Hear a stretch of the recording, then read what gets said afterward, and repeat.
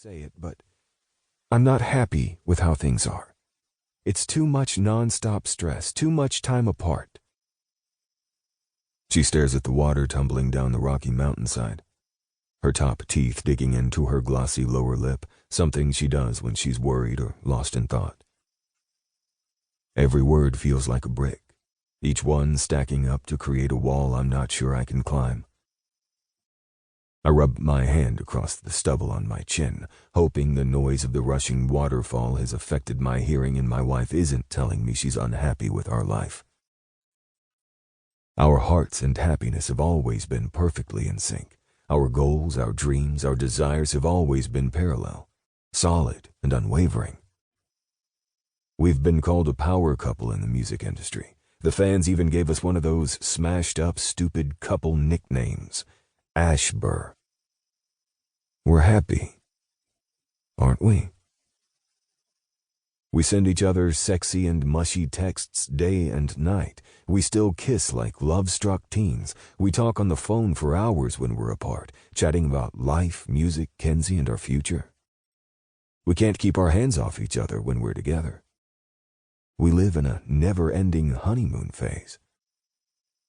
I thought you were happy with our life, I say, terrified of where she's going with this, and even more terrified to admit that I've been feeling the same way.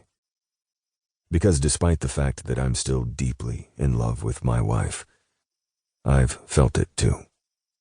Everything she just said, simmering under the surface, the loneliness, the ache for her, the never-ending race, the stress of always having to be on. She tilts her head up to face me. I thought I was. For a long time I loved it, but lately I feel like what I want has changed. I want to have another baby. My heart jumps with relief, and a big smile takes over my face. A baby, I repeat. A baby I can do. We haven't talked about having another baby in years. Every time we have, it's been in that someday it'd be nice to have another baby way. If someday is now, I'm totally on board with that. Yeah, a baby. She smiles. I also want more time with Kenzie. I want you, Valentine. All to myself for once, not sharing you with the band and the fans. She swallows hard and reaches out to stroke my cheek, her eyes shimmering with tears. I don't mean to sound selfish, but we've been together for 15 years and I feel like we've never had time alone together as a couple and a family. I don't want to be the famous rock star duo anymore, trying to coordinate two insane schedules, traveling all over, living out of suitcases, being pulled apart in so many directions, always rushing our time together because we have to be someplace else. She lets out a big sigh. We rode an amazing wave, and I'm grateful for all of it, but now I just want us to be us. Truth is, all I know is the life she's describing. I was conceived backstage at a concert by a musician and a groupie who turned a one-nighter into forever. I was born and raised on a tour bus. I've been singing and playing guitar since I was 5 years old. I didn't just follow in my father's footsteps, I completely surpassed them.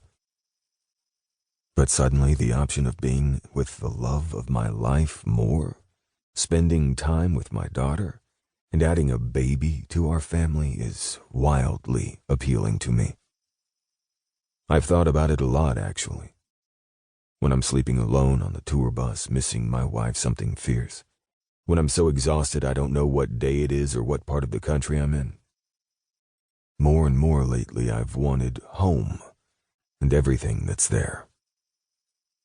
I love creating music. I love the fans. I love the high of being on stage.